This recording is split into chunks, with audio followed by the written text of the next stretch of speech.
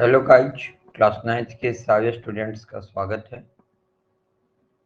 आज की क्लास में क्लास 9th के सब्जेक्ट साइंस के chapter first matter and surrounding का बेसिक कंसेप्ट हम लोग लेंगे। जैसा आपको पता है कि मैटर है क्या, वो तमाम चीज जो इन्वायरमेंट में हमको दिखता है वो सभी चीजें क्या है, मैटर। आपको या फिर जिसकी फीलिंग होती है, जैसे हवा आपको दिखता नहीं है लेकिन हवा की फीलिंग तो आपको होती है, तो हवा भी क्या है, मैटर। ठीक है।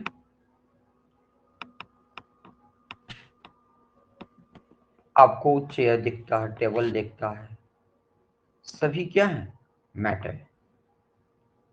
अब ये मैटर का नेचर क्या है, तो मैटर के नेचर को दो ढंग से देखें तो ज्यादा क्लियर होगा। एक तो उसका फिजिकल नेचर, एक उसका केमिकल नेचर। फिजिकल नेचर उस नेचर को कहते हैं जिसमें हम अपनी जो हमारे पास जो भी संवेदी अंग है, जो सेंस ऑर्गन्स हैं, आई है, नोज है, ईयर है, स्किन है, थ्रोट है, उससे हम उसका फीलिंग कर सकते हैं।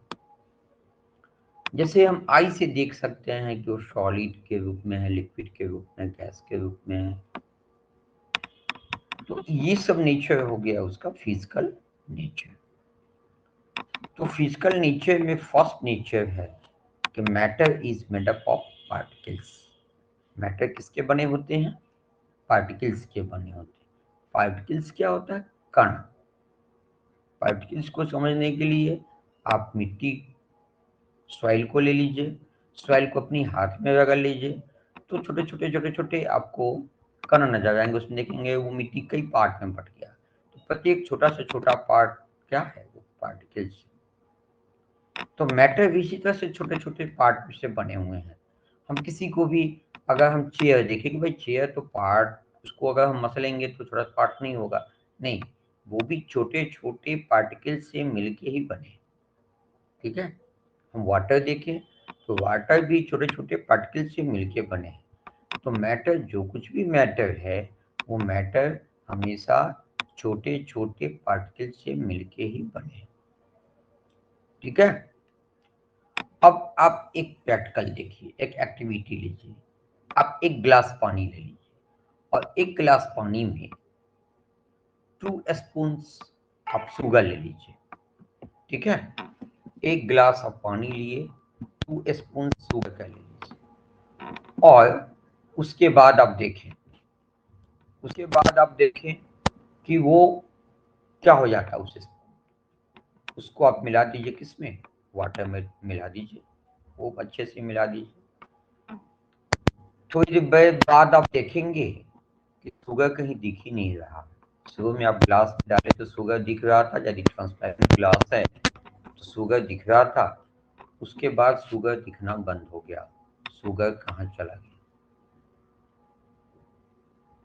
शुगर कहाँ चला गया, वो वाटर के पार्टिकल्स के बीच में जो स्पेस था, उसको इंटरमॉलिक्यूलर स्पेस भी आप कह सकते हैं, उस स्पेस में वो जाके डिसॉल्व हो गया, वो डिसअपियर हो गया, वहां जाके वो सेटल कर गया, इसलिए वो नहीं दिखता है। तो क्या वो, इसका अर्थ है वो नहीं दिखा तो वो शुगर नहीं है क्या, वो मैटर नहीं है क्या, शुगर मैटर है। ठीक है। सेकेंड इसका जो है, आप इसमें प्रॉपर्टी देखिए कि how small are these particles of matter, है ना, ये कितने स्मॉल हो सकते हैं। इसके लिए आपका जो एक्टिविटी दिया है एनसीईआरटी में, take 2 to 3 crystals of potassium permanganate and dissolve them in 100 ml of water। Potassium permanganate crystal form में होता है, उसका 2 से 3 क्रिस्टल ले लीजिए। क्रिस्टल समझते हैं, शुगर का एक दाना क्रिस्टल हो गया, सूजी का एक दाना क्रिस्टल हो गया, तो उसका 2-3 क्रिस्टल ले लीजिए। और पोटेशियम परमैंगनेट का क्रिस्टल थोड़ा सा बड़ा होता है साइज में, चीनी की अपेक्षा वो साइज में बड़ा होगा। उसको 100 ml वाटर में आप डिजोल्व कर दीजिए, और इसको जब डिजोल्व हो गया तो उसमें से 10 ml ले लीजिए, डिजोल्व होने के बाद तो सॉल्यूशन हो गया, और उसको फिर 90 ml क्लियर वाटर में डाल दीजिए, यानी ऐसे वाटर में डालिए जिसमें पोटेशियम परमैंगनेट नहीं घुला हुआ। अब इसमें से फिर 10 ml सोल्यूशन ले लीजिए, फिर 90 ml में क्लियर वाटर में डाल दीजिए, ठीक है, और इसको 5 से 8 बार डाइल्यूट करते जाइए। तो देखिएगा कि पानी का जो कलर है वह कलर भले ही थोड़ा कम कलर होता जा रहा है, लेकिन वो कलर करता जा रहा है। इसका क्या मतलब हुआ? इसका मतलब हुआ कि पोटेशियम परमैंगनेट के यदि क्रिस्टल ही फॉर्म होते तो क्रिस्टल हम कितना लिए थे? 2 से 3 ही लिए थे क्रिस्टल। लेकिन कितना अच्छा ढंग से आपका एनसीईआरटी इसको एक्सप्लेन कर रहा है। एनसीईआरटी के बुक को यदि आप लेके चलते हैं, किसी एक्स्ट्रा बुक की आवश्यकता आपको नहीं। अब यदि वो 2 से 3 वो क्रिस्टल के जो है वो पार्टिकल से नहीं बना होता, तब तो 2-3 कितना पार्ट में बट गया पानी। हम 100 ml में डालें, 100 में से 10 लिए, 10 ml लिए, फिर 190 में डाले, फिर 100 हो गया, फिर उसमें से 10 लिए, जैसे कई पार्ट में बांटते जा रहे हैं, फिर भी वो पानी में वो पोटेशियम परमैंगनेट का जो कलर वो ब्लूइश वायलेट कलर का होता है, वो कलर उसका लेता जा रहा है। इसका अर्थ है कि पार्टिकल्स के ही बने होते हैं मैटर। पोटेशियम परमैंगनेट का भले ही वो क्रिस्टल मिला हमको, लेकिन उस एक क्रिस्टल में उसके कई पार्टिकल्स मिले। क्लियर हो गया इस एक्टिविटी से आपको? इसको प्रैक्टिकल आप करके लैब में देख सकते हैं। अब है कि particles of matter have space between them. जैसा अभी आप देखे हैं कि वाटर में शुगर डिसॉल्व हो गया, शुगर वाटर के पार्टिकल्स में जाके छिप गया। इसका क्या मतलब हुआ? इसका मतलब यह हुआ कि पानी के बीच में, पानी के दो पार्टिकल्स के बीच में स्पेस था, तब ना उस स्पेस में जाके वो डिसॉल्व हो गया। इसका अर्थ है कि मैटर के बीच में फ्री स्पेस होता है। अब सिंपल कपड़ा ले लीजिए, आप टॉवेल को जब वाटर में आप डिजॉल्व कर दीजिएगा तो पानी जो है दिखता है? नहीं दिखता है। दिखता है कपड़ा भींगा हुआ, पानी नहीं दिखता है। और वो पानी वहाँ है, और उसमें से जब उसको पूरा आप स्टर करने की कोशिश कीजिए, पूरा पूरा, तो उसमें क्या होगा? वाटर जो उसमें से बाहर निकल जाएगा। पानी दिख नहीं रहा था, पानी दिखने लगा। इसका अर्थ है कि प्रत्येक पार्टिकल्स के बीच में फ्री स्पेस होते हैं। ये भी एक्टिविटी पर क्लियर हो गया। उसके बाद है particles of matter are continuously moving.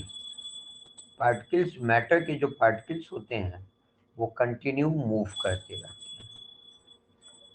अब कहेंगे कि भाई चेयर जो है हमारा वो तो नहीं मूव कर रहा, हो तो ज्यों का त्यों बैठा हुआ है। अरे तो चेयर मूव नहीं कर रहा, लेकिन चेयर जिस पार्टिकल से मिलकर बने हुए हैं वो पार्टिकल्स मूव कर रहा है।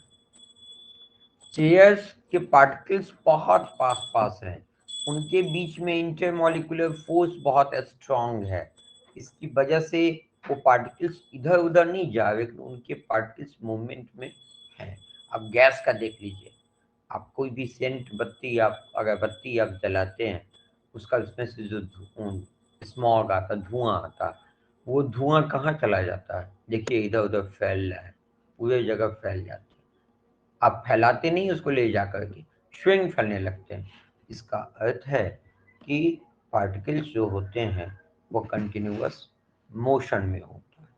क्लियर हो गया? इसको आपका जो एक्टिविटी कराया है कि take 2 glasses filled with water. 2 glass लीजिए जो वाटर से फुल है, उसमें ब्लू या रेड इंक उसमें डाल दीजिए, ठीक है, और उसके बाद उसको थोड़ी देर के लिए छोड़ दीजिए, और देखिएगा कि वो खुद ब खुद पूरा वाटर में वो इंक डिजॉल्व हो गया। कैसे हो गया? आप उसको नहीं ले गए हैं, चलाए नहीं है, कोई फोर्स नहीं लगाए हैं, वह स्वतः सब जगह घूमने लगा। सभी जगह क्यों घूमने लगा? क्योंकि पार्टिकल का वो नेचर है कि वो हमेशा मूवमेंट में होता है। उस मूवमेंट की वजह से ही ना वो घूमने लगा इधर उधर, घूम करके सबको कलर कर दिया। इस एक्टिविटी से भी आपको क्लियर हो गया, ठीक है। तो 1.1 को हम लोग क्लियर कर लिए। उसमें आपका 2 और भी था कि जो मास होता है, तो मास का क्या होता है ऐसा यूनिट, किलोग्राम। यूनिट 3 होते हैं, सीजीएस, एमकेएस और एफपीएस। और एक ऐसा यूनिट है जिसको पूरे इंटरनेशनल लेवल में एक्सेप्ट किया गया है, जो अगर हम इंडिया में बोलें वही क्वांटिटी क्या बोला जाए, अमेरिका में वही फ्रांस में इसको ऐसा यूनिट या इंटरनेशनल सिस्टम ऑफ यूनिट कहते हैं। तो मास का इंटरनेशनल सिस्टम ऑफ यूनिट क्या है, किलोग्राम। और वॉल्यूम का जो ऐसा यूनिट होता है वो क्यूबिक मीटर, ठीक है। तो एक क्यूबिक मीटर जो होता है वह क्या होता है, तो एक क्यूबिक मीटर में 1000 क्या होंगे, क्यूबिक सेंटीमीटर होंगे, ठीक है। और एक क्यूबिक सेंटीमीटर 1 ml के बराबर होता है, और 1000 ml से 1 लीटर होता है, ठीक। तो 1 डेसीमीटर क्यूब को 1 लीटर कहेंगे, यानी 1 डेसीमीटर लंबा, 1 डेसीमीटर चौड़ा और 1 डेसीमीटर ऊंचा यदि कोई वेसल है, तो उसमें अगर हम वाटर डालेंगे तो वो वाटर कितना हो जाएगा, 1 लीटर का हो जाएगा, ठीक। आज के लिए इतना ही। नेक्स्ट क्लास में हम 1.2 को क्लियर करेंगे। सभी लोगों को, सभी जुड़े हुए स्टूडेंट्स का थैंक्स, बेस्ट ऑफ लक।